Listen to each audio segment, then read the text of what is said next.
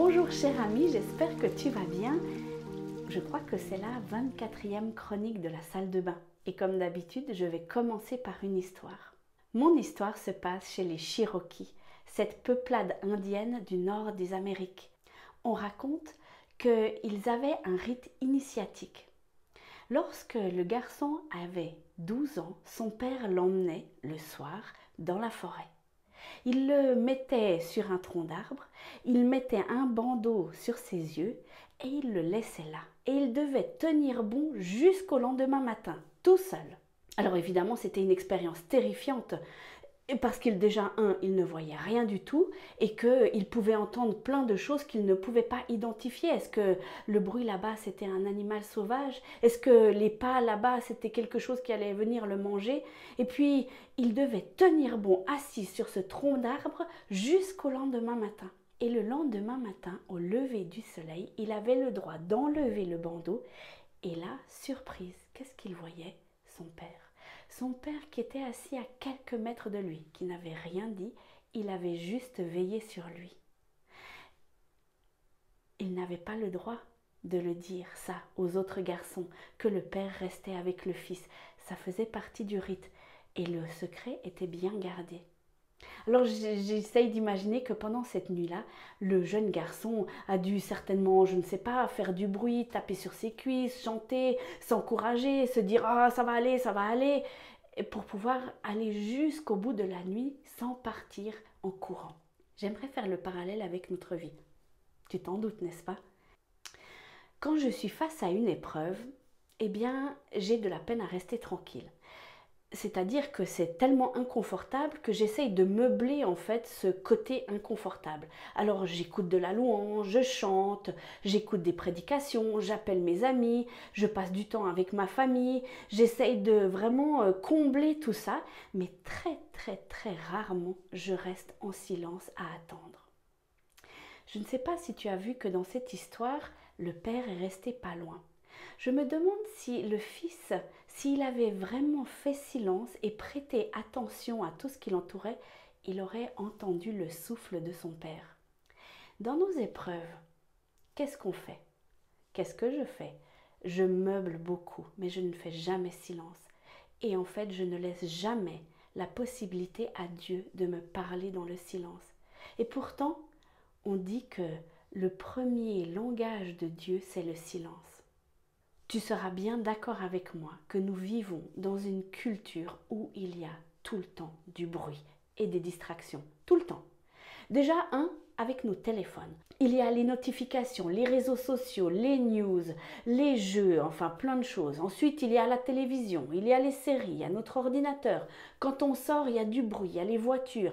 Quand on va au supermarché, il y a de la musique. Quand tu vas au fitness, il y a de la musique.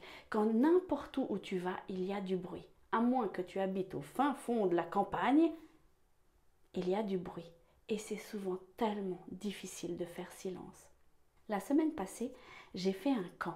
Et l'orateur principal, c'était Yves Bouloundoué. Si tu ne sais pas qui il est, va écouter ce qu'il fait. Écoute ses podcasts, c'est un homme remarquable. Le thème de ce camp, c'était ralentir. Alors déjà, ce thème-là, c'était déjà compliqué. Un jour, je t'en parlerai. Mais dans le thème, il a parlé du silence. Je dois te dire que ça a été compliqué pour moi d'entendre ça, parce que le silence, je ne le fais pas souvent. Je brasse souvent beaucoup d'air et je laisse peu de place au silence. Faire silence, c'est permettre à Dieu de te parler. Alors oui, c'est vrai que quand on fait silence, tout d'un coup, il y a 1000 trucs qui se passent dans notre tête, d'accord, hein? Il y a plein d'idées, il y a plein de choses, plein de notifications personnelles qui nous arrivent dans notre cerveau. Ah, on doit faire les impôts, puis il faut aller acheter ça, et puis tout d'un coup, il faut aller à tel endroit. Ah oui, il faut prendre rendez-vous chez le médecin, et blabli, et blabla. Yves Bouloundoué, quand il expliquait l'histoire du silence, il nous a dit qu'il avait mis presque une année à calmer le tumulte de sa tête et faire silence. C'était beaucoup d'entraînement et souvent en fait on se dit « Oh alors c'est bon, là aujourd'hui je vais faire 30 minutes de silence et ça va aller » et puis au bout de quoi, allez 30 secondes, une minute, on abandonne. Et là on laisse tomber parce qu'on n'y arrive pas. Il faut commencer petit pour faire silence et c'est pas facile. Moi dans cette pratique-là je suis novice. Je dirais dans la guerre des étoiles, je suis jeune padawan.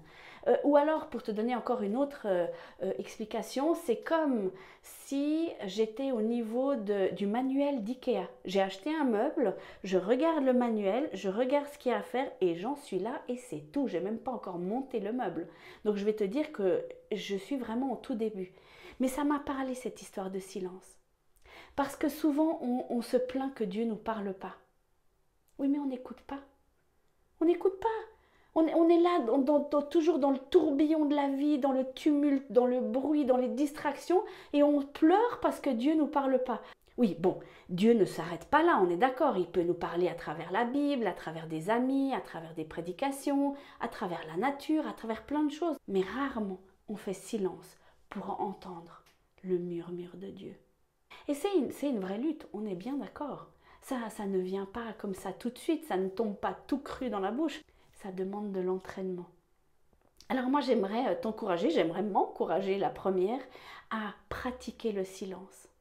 À commencer petit, peut-être commencer par 1 ou 2 minutes, à mettre le téléphone loin, à mettre les notifications loin. Alors bon, évidemment que si tu as des enfants en bas âge, tu ne peux pas tourner le bouton, on est bien d'accord. Mais choisis un moment où peut-être c'est pendant la sieste, ou bien peut-être quand ils dorment dans la voiture, hop, on ne met pas la radio, on reste dans le silence en conduisant.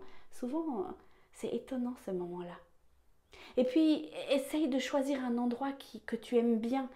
Peut-être que c'est dans la nature, peut-être choisis un banc où c'est vraiment, il n'y aura que la nature autour de toi. Ferme les yeux, fais silence. Je crois que c'est quelque chose qui pourra nous apporter de grandes choses. Et c'est quelque chose qui va à l'encontre de ce qu'on nous dit. Il nous disait aussi un truc, Yves, et ça a fait sourire beaucoup de monde, c'est quand tu es dans une file d'attente, prends pas ton téléphone. Attends, calme le tumulte, regarde autour de toi et attends. Quand tu es chez le médecin, ne prends pas tout de suite ton téléphone. Attends, fais silence. Et je suis sûre qu'à la longue, on va pouvoir apprendre à faire silence même quand il y a du bruit autour de nous. Alors ça demande beaucoup de pratique. Franchement, je crois que je ne me réjouis pas de tous ces moments-là. Ça va être compliqué, je le sais. Mais j'aimerais y arriver. Et moi, je t'encourage à calmer le tumulte qu'il y a autour de toi et qu'il y a en toi pour pouvoir percevoir ce murmure-là. Et juste pour terminer, pour appuyer encore, Jésus, il était souvent entouré de monde, mais combien de fois il est allé dans le désert pour faire silence? Il a trouvé le juste équilibre. Alors si Jésus l'a fait, tu ne crois pas que nous, on pourrait le faire? Je te souhaite une magnifique semaine avec quelques temps de silence et j'espère que tu vas y arriver. J'espère que je vais y arriver. À bientôt!